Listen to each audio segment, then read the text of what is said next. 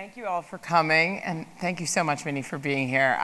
As I wrote in the Times the other day, I've always felt like we would be really good friends. I remember, I'm sure you have also been waiting for this for 20 years, but you know, like Benny and Skylar, I just felt so connected to them back in the 90s, and I really also kind of thought about us walking around Notting Hill, so it's kind of very, it's a bit of a moment for me.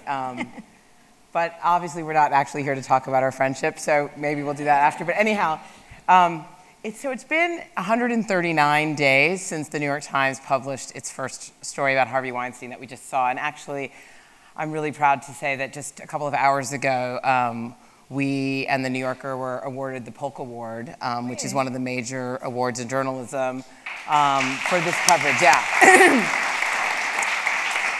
And the New York Times also won with the Washington Post for coverage of Trump in the Kremlin, and Gail Collins won. Anyway, it's a good day for the New York Times.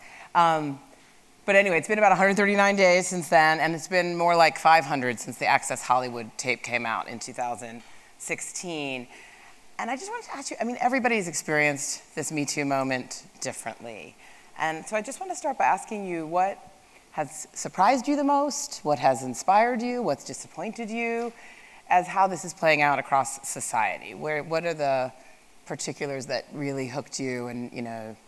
Well, I think the first thing, it was very interesting when that Tarana Burke, until, you know, it took a minute for people to realize that she was actually the genesis of the Me Too movement. She was, I believe she was a teacher or a counselor, and she was counseling a student, or had been encouraging a student to open up about what had been going on, and they'd expressed this terrible story of sexual violence, and she couldn't deal with that, and suddenly realized that she couldn't deal with the sexual violence that had happened to her, and she coined the phrase, Me Too. And this was in like 2006. So it took a minute that I understand how there was nothing nefarious in anybody using that hashtag, but we have to realize that this has layers. I understand that the beautiful ciphers in Hollywood, and the arch evil, powerful mogul, and the beautiful blondes and brunettes and redheads, and it's all super clickbaity and glamorous and amazing on one level, and it's very media friendly.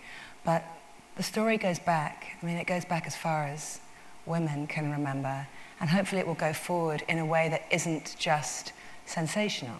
That is not, I don't want it to, when I first started seeing this, it was so extraordinary how it gathered like a snowball of like women's voices. And I mean, a lot of them are women that I know, and that was shocking, and some I'd known about before. But I've quite quickly, along with I think a lot of other women, felt, how does this not just be the sort of carpet bomb, the explosion, the dust settles, and then everybody goes back to normal?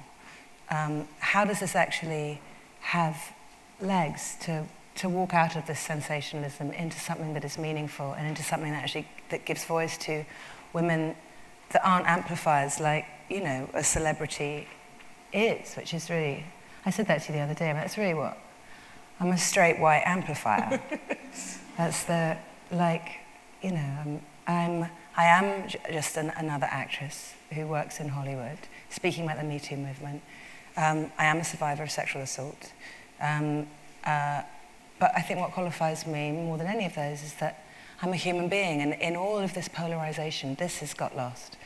This whole men writing about women, how angry they are, and men writing about the paralysis that men now feel and they can't do anything, and women being angry with men, and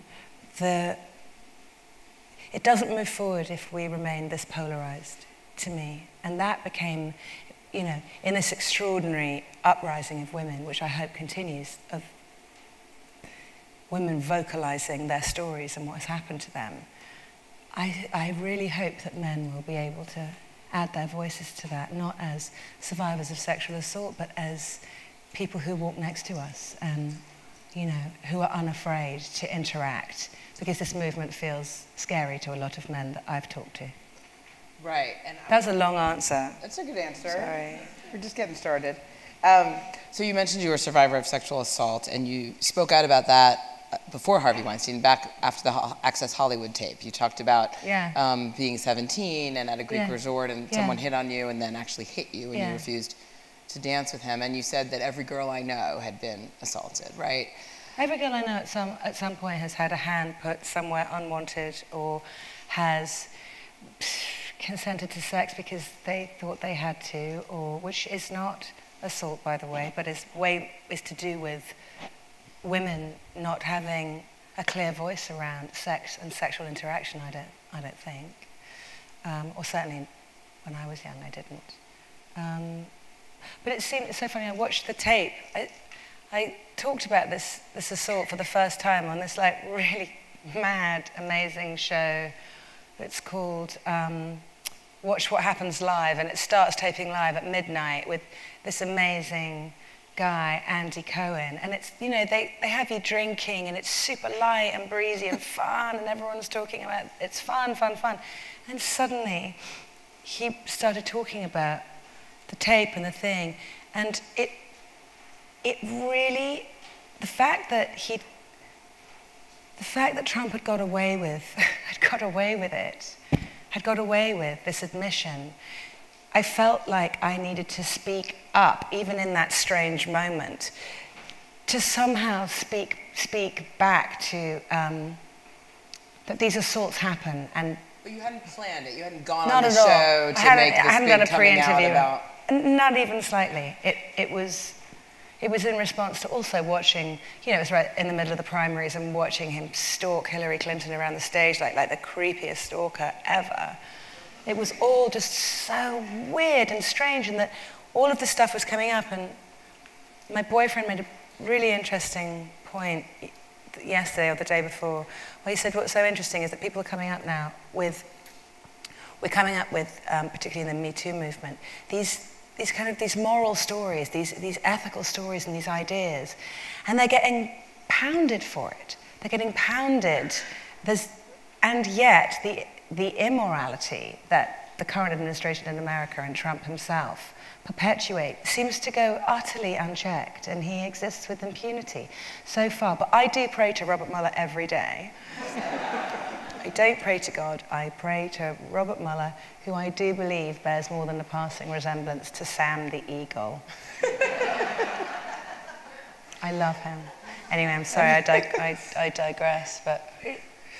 You said you didn't plan to speak out then, and you referred to yourself as an amplifier. But so then a year later, you speak out again after the Weinstein story, and you talk. You know, Matt Damon has made his comments about not conflating different kinds of bad behavior. You speak out first on Twitter, and then you do an interview with The Guardian. You said he was utterly tone deaf and part of the problem.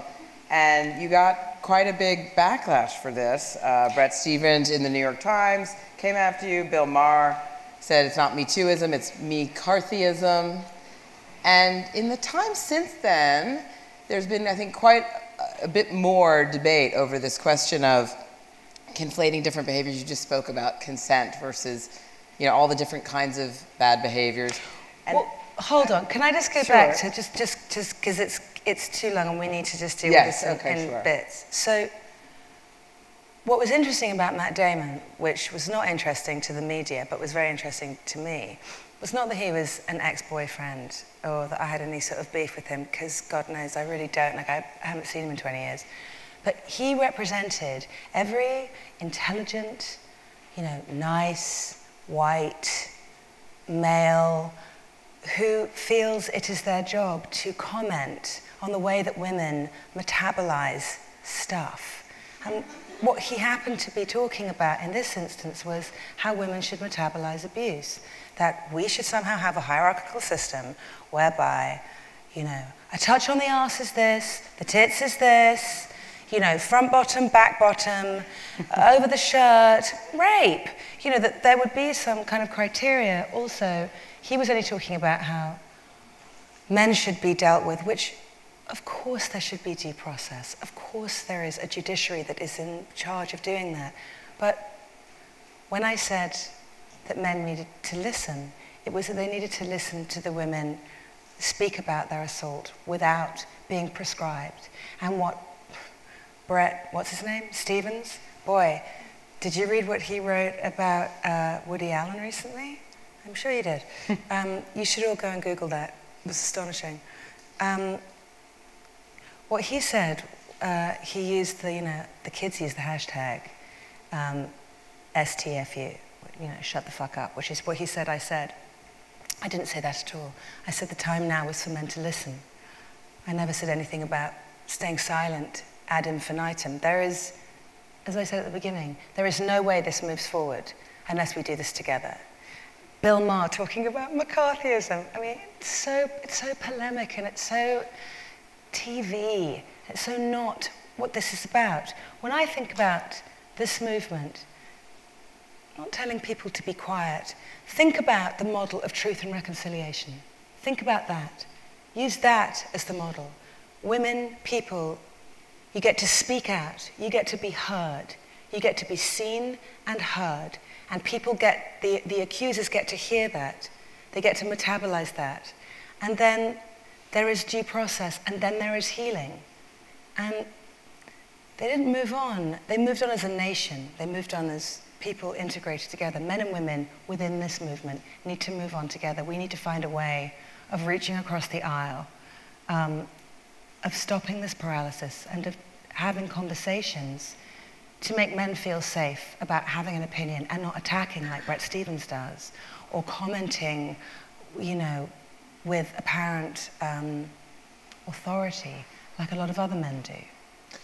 When we spoke on the phone last week, we talk on the phone a lot because we do because we're friends. Friends. Yeah. Anyway, but you said something so interesting I hadn't heard anybody else say. You said that you described Me Too as an insurgency.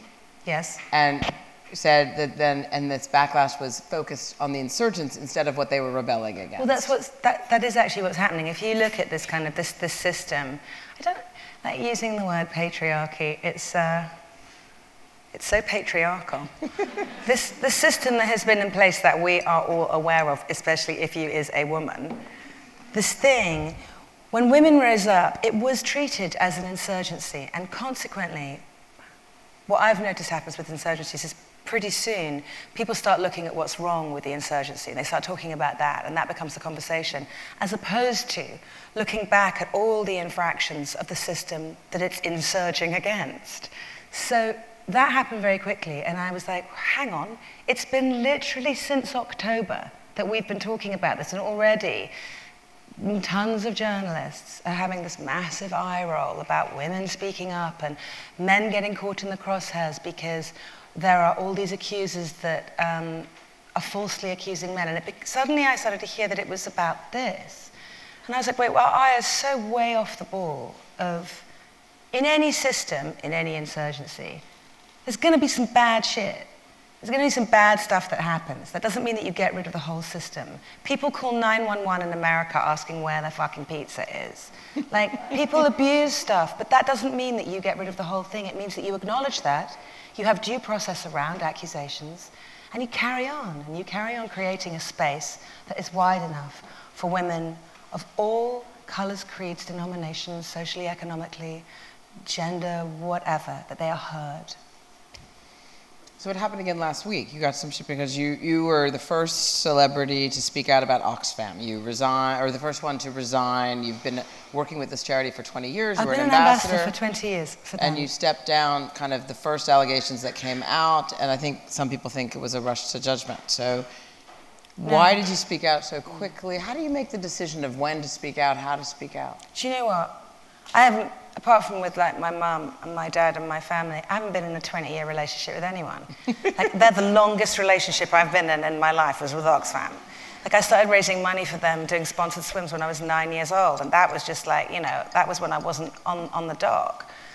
I've been a part of creating programs, I've been part of programs. It broke my heart in more ways. Like, this makes me want to start crying now, because here's the thing. There'd been a lot of talk about this going on. I'd heard rumors about things, I'd asked questions, I'd been assured that there was nothing going on. The primary programs that I have been involved with Oxfam are to do with women who have to work as sex workers to supplement their income because the factories that they're working in, their eyes have gone by the time they're 24 and they have to become sex workers. They need retraining and help to not have to do that. Getting young girls who've been told that the only thing they can do in their life is prostitution in Cambodia, in Laos, in Thailand. It cut me to the very heart of what I've been involved with. And for me, if this whole "you're damned, I was damned if I did, I was damned if I didn't" leave Oxfam, I needed to send a very clear message not to the beautiful people that I've worked with on the ground for so many years, who are amazing and industrious, but to the corporation that knew, the corporate people who knew this was going on, who hush-hushed it, who were not transparent about it, either with me or the people that work for them, and who didn't do anything about it, only when it was called upon. And I know people say, well, it's interesting it's been called upon now, and that they want to defund the charities. They need to clean house. They need to clean house. And if me standing up and going, I'm not part of this, clean your house up, I'll come back, I'll do anything. But I won't carry on being associated, and I don't feel the women who I've worked for, I will carry on working for. I will find a way. There are many, many social enterprises available where I know that there is not a nefarious abuse of power going on. So, people can say what they want. Thank you. Thank you. What you gonna do? So, I want to go back to the sort of the beginning, or the end of the beginning, or something. But to Harvey Weinstein, who of course you worked with. Yeah. But you were not in these stories. You were not sexually harassed by Weinstein. Wait, I had a different story, which I talked about a few years before. I feel like it was on Ellen, or it was on something, but I talked about it. He didn't want to cast me because he said to my face and to the casting director, to Ben, to Matt, to Chris Moore, who was the actual producer of the movie, like on the set, and to Gus Van Sant, that, and I quote, I was not fuckable. That was my worth. And I remember him taking me aside and he was going, you know, I'm doing you a huge favor saying this to you, because you need to go for parts where that is not going to be a problem. It's going to be a problem. You're not going to be a leading actress. You're going to have to go. And I remember thinking, first of all, like wanting to cry, because, you know, every girl wants to think that, like, she's attractive. But then I started thinking, then I was like looking at this dude and I was going, what, he's the great arbiter of, like, who's fuckable? Like, this motherfucker? No. No. So even at like 23 or 4, I was terrified of him.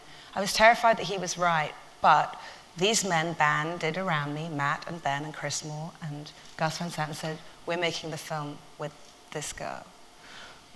But that stayed with me, and it was so funny, a few girls called me up when everything was coming up about sexual assault, a few actresses. They were like, it's quite weird, like, you're the only one he said he wouldn't fuck. How do you feel about that? And I was like, I'm actually feeling pretty good right now. Like, to tell you the God's honest truth, like, it's all right. Like, yeah, it's okay that I'm not part of the gang. Well, I was wondering if you, had any jealousy or anything. That's so. No. But no, I think also. But you did not have a good relationship with him, working with. I mean, he was not nice to you. He was not. He didn't want me there. I think I feel like it was Mira Sorvino, Ashley Judd came out recently and said in this whole, they were saying how they'd been blacklisted, and they said that he'd called them and said he wanted to give them the part of, you know, my part in Good Will Hunting, but, you know, whatever. That's just business. I got off lightly with him. I really did. What about the broader question, though, of how male power plays itself out in Hollywood and sexual harassment in Hollywood? Here's the thing. So when we talk about sexual harassment, it's not about sex, it's about power. That, first and foremost, to me, it is, and to loads of women. I spoke to so many people before doing this, and it comes up so often in conversation with men and women. It's about power. It's about the codified behavior between men and women, and whether that is learned. You know, Harvey Weinstein's big defense initially, I don't know if you remember, was that, you know, this is just how I was raised. I come from this generation that did that. That's just what happened. You know, I talked to my mom and my aunt and my older friends, the older generation, well, that's just what you had to put up with. You just had to put up with that. And if you complained about it, you lost your job, or you wouldn't get the job, and you just had to get on with it. I don't accept that. We are people. We are people first and foremost. We're human beings, and we know the difference. This idea of I don't know what the line is to cross. You know the line. Yeah. We know the line. It's just that we've all sanctioned that particular kind of male power by women not feeling that they are able to speak up, not being confident to speak up, by men wanting to do what they want to do, and then being horrified when someone says, you might need to change your behavior, or you might just need to examine what kind of the codifying of your language. I said to my sister, and I said, literally 2 nights ago, sorry for saying literally, but you're all young, you understand. This really lovely man who is a powerful producer, and I really like him. And he saw me, I hadn't seen him in a while, and the first thing he said to me was not, hello, how are you? The first thing he said to me was, God, you're a bit militant right now, aren't you? And I felt this familiar donkey kick of, you know, and I laughed. I didn't say, why'd you say that? Like, what does that mean? And what does that mean to you? And what does that mean about a woman being militant? And why is me speaking out? Why is that militant? Or is why me taking a position militant, which has all these aggressive male connotations. So and you never call a man militant. Nobody would ever say, why is a man being militant? But it was the same thing, and I wanted to ask you about this because you're a journalist. The Telegraph the other day called me outspoken, and I realized that, you know, you invert that and it's speaking out, which has this great positive connotation and is neutral in a way. But outspoken is not. Outspoken is uppity, female, getting above her standing, speaking above where she is supposed to be. It's this super passive-aggressive, but utterly germane to like men commenting on women. And it really pissed me off. It was like, what is outspoken but speaking up? And we have to do that. We don't do that to be aggressive or to make people afraid. We do that in order that we can start a conversation, not to shut anyone down, but to begin something. It's not an ending, it's a beginning. So you mentioned your mom, and she's here tonight, which is great, and because you've come home to celebrate her birthday, which I think is great. And I know you talked a little bit about the differences in how you, maybe the generations see Me Too, but I really want to ask you about how you got to be a person who speaks out, or how you got to be a feminist, or you know, kind of what you think in your own upbringing, in your background. Do you have an older sister? What's the origin, do you think, of this activism and the speaking out? Well, I do think it comes from the women in my family. I come from a very long line of, my mother has 3 sisters, my sister. They're all uppity. Well, I mean, I suppose. But it's always been, you know, my mum always used to, in her, I hope you don't mind, Mum, she would always say, oh, I've got such a big mouth. Like she'd always, but really what she was doing was having an opinion about things. But there was always this disclaimer, I've got a big mouth. And I caught it from her because it always seemed that if you had a thought about something and you could articulate it and you were interested in talking about it, then you shouldn't be stopped from doing that. And you certainly shouldn't be punished. And I must say, I feel like I've been punished a lot for speaking out, but mostly because it doesn't play into the kind of gentle idea of, you know, a grateful movie star, which is maybe what I sort of began as. How have you been punished? I think by saying things and having them taken out of context. I think that's very difficult. It's so great. Twitter and social media is so amazing because you really can just say exactly what you meant to say. You can proofread it, and you can put it out there, and people will know this is what this person said. So in some ways, I really appreciate that. But I learned from the women in my family to speak up and out, and consequence well, you know, you take your consequences. I know you just became an American citizen at the end of last, not in time to vote for President Trump, I guess, but you'll have another chance in a couple of years. So I was asked the other day, and I don't know what you think about this question, but I was asked about how Me Too is playing out in different countries. I was asked, it was an Israeli television station, they asked me about France and Catherine Deneuve, and was it playing out differently in France and America because French have different sexual I don't know. I don't really know anything about how it's playing out in France, so I kind of punted. But I feel like you really have a little bit of a dual life here and in Los Angeles. You have friends in both places. Your family lives here. Do you see significant differences that are worth mentioning about how this has, I mean, here we've of course had the BBC pay equity scandal. We had people resign from Parliament. Do you see anything interesting about how it's different here and there? I feel that there has been more instant consequence here in England, in the UK. There really has.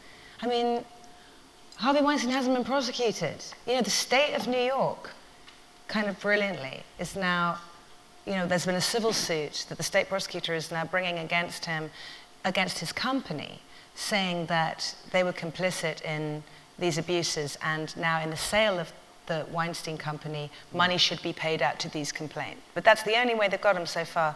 Here, you know, women were roaring about the BBC and talking about it, and it was open, and what was going on in Parliament. And it's not saying that there is any more equity for women here, but I do feel that there is actionable consequence in the UK more than in America. I'm really hoping that changes. I'm really hoping that that's perhaps why we have to speak louder. And I certainly, you know, I was sick of taxation without representation, and living in America for 20 years, because that's where the majority of my work has been, was sickening. I have an American child, and God knows I want to vote in the primaries. I want to work for a political campaign, you know. So that was the reason. But, you know, I think what's happening here is excellent. I want to ask you a little bit about Hollywood and how actresses, your friends, your colleagues have been responding alongside you. I know you didn't go to the Golden Globes, but I wonder what you thought of the campaign. You know, did it really make a difference for the women to be in sexy black dresses instead of sexy multicolored dresses? I don't think that was the point. I think the point was, in the same way that kneeling during the national anthem is a peaceful protest. It was a protest. It was a way that women could show sorority. And whether or not, you know, I had some hilarious, like, fashionista from, well, here actually, and she was furious that, you know, why should fashion take the hit? Why should we black out? Why should fashion take the hit? It's like, well, why not? Because, you know what, on one night where women can gather together and they can show solidarity, what a good way for them to be able to do that. So I feel like it's commendable. I really do. It maybe not in a hugely far. I think it keeps the conversation going. It keeps it moving forward. It was interesting to see how many, particularly with the whole Time's Up thing, how many men felt super awkward about kind of wearing the pin or what they were meant to say. And it's like, oh, just don't say anything, because right now that could be mistaken for something or other. And I do understand that. And I have so many conversations with men and with women about, here we are, the caretakers. How do we make it easier for men? How do we make it okay for them? And there's part of me that's a bit annoyed by that. But there's part of me that also feels like we have to do that. It must be frightening. It must be weird to go, I don't know if I'm supposed to open the door anymore. Right. But as I said to you earlier, my boyfriend's oldest son, Atticus, he opens the door for me and his girlfriend and his mum, because he thinks we're old. You know, he does his like, oh, you got a bad shoulder, I'll get the door for you. There's no codified behavior in it. There's nothing that goes back, you know, in the way that I think there is. I know it sounds sort of, it's so benign, opening a door, but if you take it all the way back to kind of women being feeble and unable and incapable, and the idea of men being able to do that, it doesn't have to keep meaning that. We can re-look at the things that we do, the things that we say, and we can give them new meaning. Like, everything is constantly changing. That's what evolution is. Like, we're allowed to evolve. We're allowed to evolve our behaviors and the way that we speak. men and women having further conversations about what is sexually appropriate and what is okay. It's not a bad thing. Catherine Deneuve thinks it's going to be the death of romance. I think it will probably lead to better sex. Better that you tell someone, do this, and it's okay, and it will be fine, and it'll be fun. And I know we're all English, and I am too, and it's all just like a bit embarrassing. But the fact of the matter is, it breaks down those walls of that we're not able to talk about those, so that people make assumptions, and that's where you kind of get into trouble. So your son's only 9, so I assume you're not talking to him about sex yet, but... Oh, Henry, oh, well, no, yes, kind of. Are you talking to him about this at all? Does it... I don't think I've told, my nephew, Percy, is here tonight. He's 12. This is a good Henry story, Per. So he came home from school really grumpy the other day, and I was like, oh, what's that? What happened? And he's like, the girls. He has a really deep voice, I promise you. It annoys him that I do an impression of him, but he really does sound like, he sounds like a comedian in the Poconos. So he's like, girls. And I was like, what happened with the girls? Like, they always put their hands up and they always get called on, and I always raise my hand, and they never call on me. And I was like, that does suck. I was like, what classes are these in? It's like, it's always in math and it's always in science.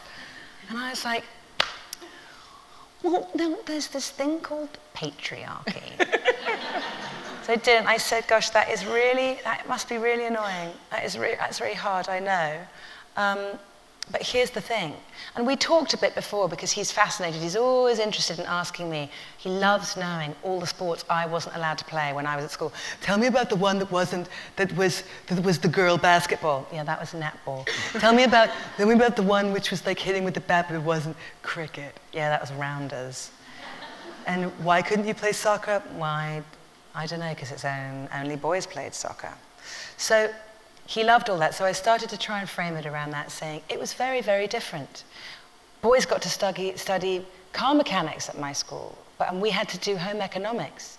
But what if I wanted to fix the car and I didn't want to bake a cake? Or he'd be like, what if you want to fix the car and you didn't want to bake a cake? I didn't have a choice. So I said things are changing, and this might be what's called an overcorrection, somewhat, but all I can tell you is I know it's difficult for you. Listen up to what the girls have to say and see if you think it's interesting and if you agree with it, and talk about that if you don't. And I'm also incredibly aware that it is very difficult for boys right now. I think girls are having the moment that they've been denied for so long, and that is difficult. And we have to, the only thing we can do is have free and frank discussions, to commiserate and say, I understand that that is unfair, to try and redress the balance where you can as a parent, to keep talking about the history a little bit, but really talk about the present and more about the future. We're going to go to the audience in just 1 minute, but you know, one of the other things we have in common is I have kids just 1 year older than Henry. And except you have twins, and I don't know how you did it twice. And this weekend, we spent some time watching your show, watching Speechless, which they totally loved. They wanted to watch it because they knew I was going to meet you, and that we were going to be best friends. And anyway, it was, I mean, I had watched a lot of the first season when it was on, and then we were watching the second season. And, you know, that's really an activist show, right? You're playing this masquerading as a half-hour comedy on network television, yeah. Right, I mean, you're playing this, for those who don't know, Speechless is about a child with cerebral palsy, and Minnie plays the mom, Maya DeMeo, right? Yeah. Hard to pronounce. And she is this, it's funny Stephen called me irrepressible, because she is a totally irrepressible character who is gonna get what she wants for her son. She pushes for inclusion in this mainstream school. Yeah. Anyway, it's a really activist show. So I wonder how, it's very funny also and delightful, but was it a conscious choice to do a piece of activism at this stage in your career, or I love that you think just that. a good script? Or? I wish I could say yes. I mean, ultimately yes, but she was written as a New Jersey blonde, much younger than me, well, not much younger, but you know, in her 30s, younger than me, and they didn't really think of me for it. So they'd really seen everybody in town by the time they got to me, and I knew that. And I remember my agent rang me up and said, "We've got this script. You know, she's really difficult. She's kind of a bitch, and I think you'd be great." And I was like, "Man, okay." So I went and met the guy who wrote it, whose life it is loosely based on. He grew up with a brother who was nonverbal CP, and my son on the show is nonverbal CP. And these women who fight for their children, who have disabilities, they are fierce, and they don't care about being polite and stepping on people's toes, and they are advocates. And I understood what it was to really become an advocate from doing this show, and it's... Did that help you speak out in this moment, do you think? I think it's definitely made me comfortable really being clear about what I think before I speak about it. Being able to articulate it when you see, I cannot tell you how much injustice there is around the world of disability and children who have disabilities and people who experience that. It's astonishing. And we make light of it in the show, and it resonates with families with special needs who watch it, I think, because it is super irreverent. The kid is just a normal teenager. Right. He's kind of an arse. He's not, he's not Stephen Hawking, and he's not cognitively impaired. He's just a bit of a dick. He's like, he's just a normal teenager. He wants to go out with girls, like he wants to sort of steal stuff. He's funny and he's great. And it gave me the chance to be, she's a difficult person. She has to be, but you also love her. And I think the more that we can think about that, about difficult subjects, about difficult women, the better. Okay, and just one, this is a little weird, but I got this kind of weird email from a reader. His name is Sanjay Kakar, and he's a big fan of yours. He sent in photos, I guess before selfies, but from a music gig back in San Francisco of you and him together, and he says that he believes your TV debut was a 1991 Right Guard deodorant commercial. He's correct. He says it's viewable on YouTube, and he wants to know if you'd consider doing a sequel. That's such a funny question. You don't have to answer that one. We're going to take some from the audience. So there are microphones, I think, somewhere, and we're going to just, to try to do this efficiently, we'll take like 3 at a time and then jump into it. So does anyone have a question? There's the microphone. If you start, if you build it, they will come. We have lots of journalists. There's lots of journalists there. Hello. Hi, it's Hannah. Hello. I was just wondering about whether you think, in terms of repercussions in the debate, whether what we would call kind of the left-right split, although now it's kind of amalgamating. Do you think that people, kind of, the left has a different response to the right on this? Because we talked about Trump and how he's just kind of, this is kind of completely impervious to this in Westminster and what's going on. And it seems Weinstein obviously was, although he's donated to both, was sort of seen as this, kind of like liberal Hollywood kind of darling of the left. And it seems to me that that the left have sort of tried to do more about it, but at the same time, I think there are often some people on the left who, because they're leftists, sort of think that because they're on the right side, they don't really understand. Like, I know, obviously, I'm at The Guardian, and I work with a lot of people, and you're in a room with a lot of liberal left men, and they don't understand. Because, like when you said about Matt Damon, like they're kind of right on people, and they don't get it. So I just wondered whether either of you actually had thought that the way people's political alignments reflect sort of how they respond, or not. Is your question, how have the responses been different based on whether the people who are accused are on the left or the right, or is your question how the responses have been different among people on the left and right?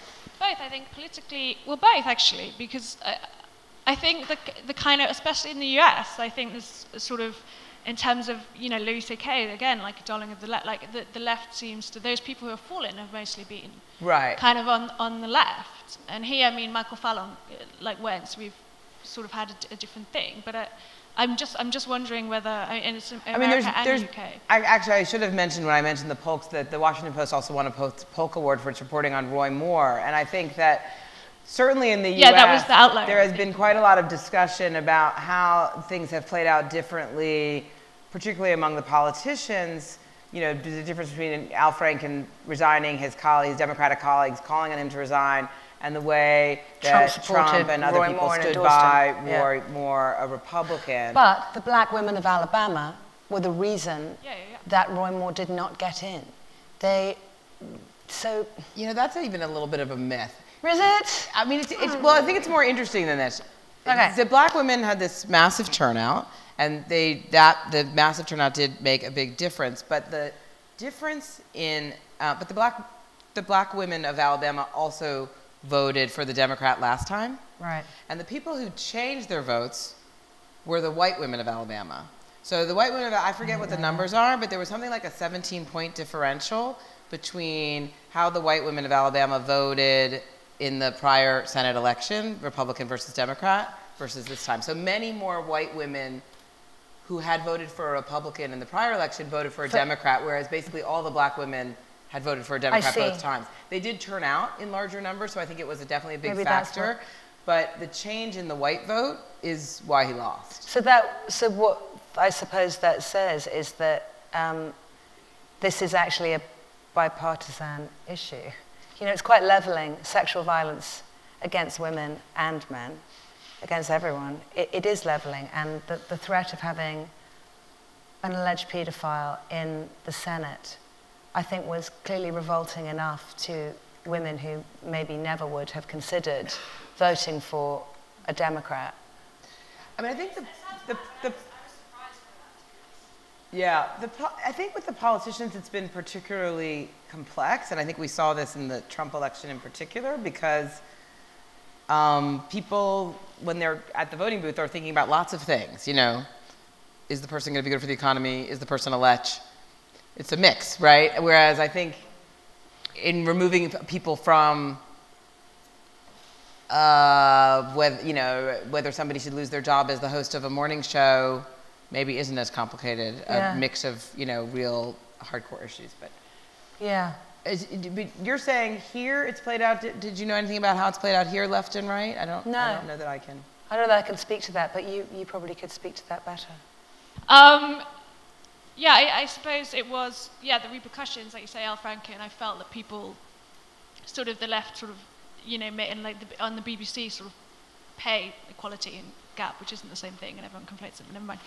But then also I think, again, people who, like the Matt Damon thing was really key, and there's so many sort of men that I know who, because they kind of, vote Labour or Democrat or whatever, and they think of themselves as on the left, don't really realise that their behaviour is ingrained. And I suppose that was, it was both. It was people who kind of considered themselves left-wing or right-wing. I think it becoming polarised, and I think this is where the media is, it's tricky because it's far more sensational to keep it polarised, to keep it being about, men versus women, or it's a liberal crusade. And it's not. It's all of us, and it is, sexual assault doesn't have a political bent. Who else? Maybe an easier question? Way there in the back? Yeah, something easy, like the Right Guard commercial or something. Hi. First of all, I wanted to thank both of you, but thank Minnie for asking us to consider this from a human point of view and not from a gendered polemic polarity, because I think that's what gets us in a lot of trouble. So having said that, I think we're hypersensitized, and I'm wondering, I heard you talking about being outspoken, which I thought was a really good point, and at the same time, about being outspoken, and I heard you mumbling with each other about the word uppity, and I can't help but admit that when you were, Jodi, when you were introduced as what can only be called the irrepressible Jodi Rudoren, that I also had a kind of frisson of, like, are we still there? So that's not really a question, because again, I don't want to be polemical about it, but did you? Well, I mean, there's like this whole list of adjectives, right, that we think are gendered, and I don't know. It gets very complicated, because we think about this all the time in, creating news coverage and writing stories. We use adjectives all the time. And is this adjective, playing into some stereotype? Is this adjective available? And I think there's a line that you can go over, right? If you sort of start to ban all the words, and then you can't express what somebody is like. That's what Trump did at the Environmental Protection Agency. You know, That's right. You so just he can't say banned all climate those words. change. You can't say climate change. You know, you can't say iceberg. You can't say. He banned all these words. I wish I'd learned them by rote because it's really funny. We can. I feel like we're still looking at it so with such sort of gender disparity. If we have intersectional feminism, like why can't we have more intersectional humanity? Like why can't we be looking at it from that? Like where do we cross over more than where do we differ? And where can the improvements in our language be and in our actions? Because our words are actionable. So. Yeah. I was going to say, our gender editor who I hired told me a couple of weeks ago. You have a gender editor? Yeah, we just hired her. Yeah. Is that exciting? Jessica Bennett. We started a new thing called the Gender Initiative, and That's really cool. Yeah, it's pretty cool. So what does she do? Well, what I was going to say is that she told me I lead like a man, and I didn't know if that was a compliment or not. Well, I don't know if that's a compliment or not. It depends on the man. Am I leading like George Clooney, or am I leading like Donald Trump? Like, what man? That's what you should have said. That's a good answer. What man? What she does, what we're trying to do is we're trying to make our report more engaging to women around the world, and that's about adding coverage, about amplifying coverage. We started a pop-up newsletter called the Me Too Moment to help people navigate through the coverage of sexual harassment, and we're going to be starting a broader newsletter soon. And so watch, we're going to do lots of cool things. I don't want to start anything with you now that we've just become such good friends. But I can handle it. I was a juror at the Tribeca Film Festival a couple of years ago, and there was this, women in film luncheon, and it really irritated me. Everything. It was just, why do we have to ghettoize and have a lunch for women in film? Why aren't we just people in film? Why is it so bad that we have to give a lunch for the women? Because they're not part of the big boys game, that they're not part of the real directors. They're part of, or the producers, they're part of this thing. And should we not be removing those stigmas and trying to get us all together as people more than stigmatizing and separating us out? Like, can we not understand each other within our Venn diagram? Do you think they should get rid rid of a friendly Venn diagram? Should they get rid of Best Actor, Best Actress, and just have one category? Yeah, I think so. I think so. But at the Grammys, they don't have gendered categories, and then and look what happened to Lorde. She was the only nominated for Best Album of the Year, the only person not allowed to perform, and yet Sting, who wasn't nominated, I love Sting, but he was. I didn't really understand that. I didn't understand why she wasn't given her moment when all the other nominees were. But we've got about 5 minutes, so what do we have? Short. This lady, and then up there in the back. Hi, thank you so much for speaking out about this issue. My question is, Catherine McKinnon said that the Me Too movement is doing more than, in a sense, law could do, as I understand it. And I think that means that there's a risk that perhaps the momentum that's been generated by this movement could disappear. Are there any kinds of things that you would like to see in law, for example, in the United States, where you've recently become a citizen, that you see here? Or are there other things that you'd like to see in the discussion? Yeah, that's a that great haven't question. happened yet. Did people hear the question? Should I repeat the question? Yes, everyone heard. That is such a brilliant question, because I thought about it a lot, but I didn't articulate it as well as you did. I was thinking about if you have a corporate culture, right, that protects Roger Ailes and Bill O'Reilly and Harvey Weinstein, and it's structured to protect the bully and to pay off the complainant.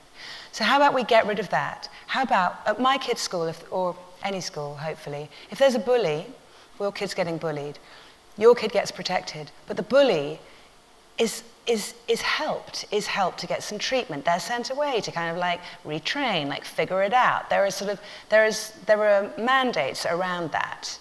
It would be really nice to see that people would have an opportunity to make different choices, whilst also having a place that's not HR. HR at the Weinstein Company, the girl that told the HR about Harvey Weinstein, there was a memo that went straight back to him, and she suffered greatly at the hands of him as a result of that.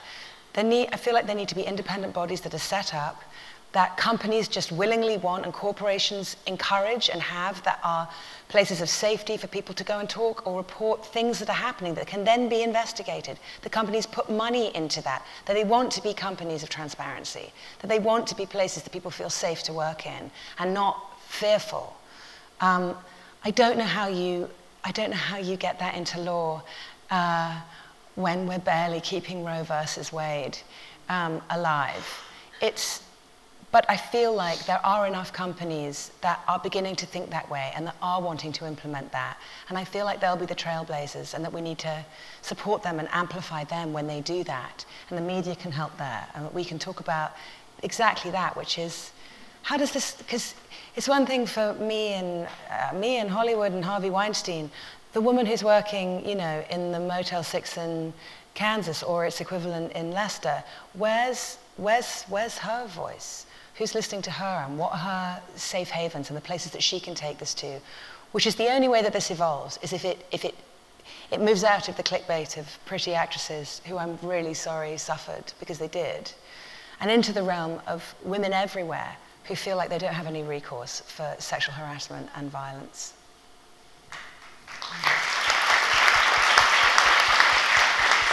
Great question. This is probably our last question. So. Hi, Joy Ladico. You said you didn't want this to be about women versus men.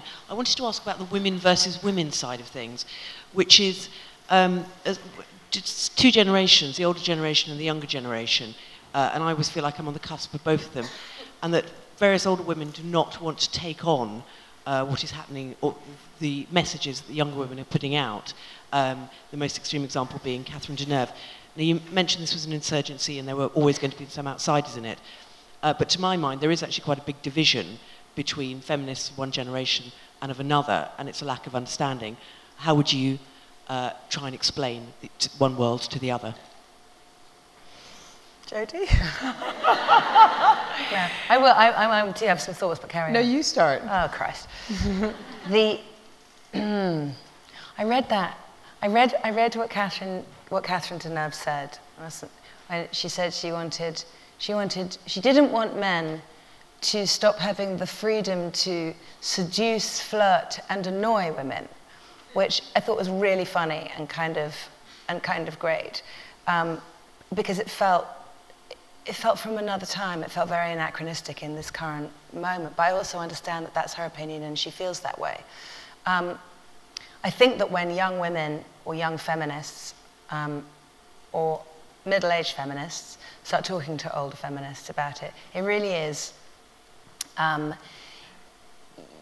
we need to think about the freedoms for ourselves that we want to protect, rather than kind of idiosyncratic behavior between men and women that means different things. It's deeper than that. And maybe it really is about talking and saying, I understand that where you're coming from, you think, Catherine Deneuve, that all the light and sexiness and laughter and flirtation, all that's going to be gone.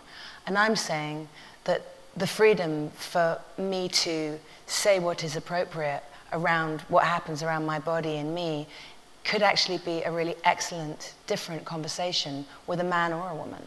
That it doesn't need to be frightening and that you're getting shut down, but rather an opening. But I do think we don't do it by belittling and getting cross and thinking it's just old-fashioned, but by talking about it. And I would hope that they would be open to talking to millennials and, you know, millennial adjacents like me.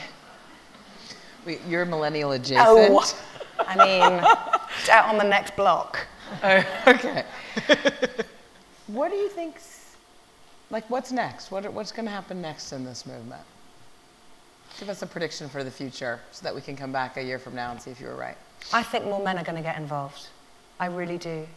I think more men are going to suddenly go, oh, I don't have to be paralyzed around this. They're going to talk more to their girlfriends and their mums and maybe each other, because God knows that would be a brilliant thing of men talking with women, and is great, but men talking with men about this is probably better, and not in the, oh my God, but rather, how can we walk alongside? Like, how can we actually, I love my girlfriend, I love my mother, I love my sister, I love my cousin, I want to support her in some way, I want to understand this. So, we need some like male consciousness raising I really do, groups, and I think that men speaking with men about this in a way that isn't dismissive and worried, but rather forward-thinking. Bless you, Mum, Serena. The thing I know about men, that the great men in my life have taught me, is that men are brilliant at fixing things and finding solutions. And I feel like if they applied themselves in this way without feeling that they are the problem, they're the key to this. And we cannot do it alone. We cannot. It cannot be women marching forward, you know, protecting their apron pockets. It has to be us walking shoulder to shoulder in the spirit of truth and reconciliation. Like I think it has to be that. I think men need to be empowered in a different way than women do, and I don't think they're mutually exclusive, and I don't think that empowering women and listening to women stops, but I do think that we have to listen and care for men and bring them along with us. Well, thank you so much for speaking out and being outspoken. Thank you. It's a pleasure meeting you. Thank you. Thank you all. Thanks very much. I really appreciate that.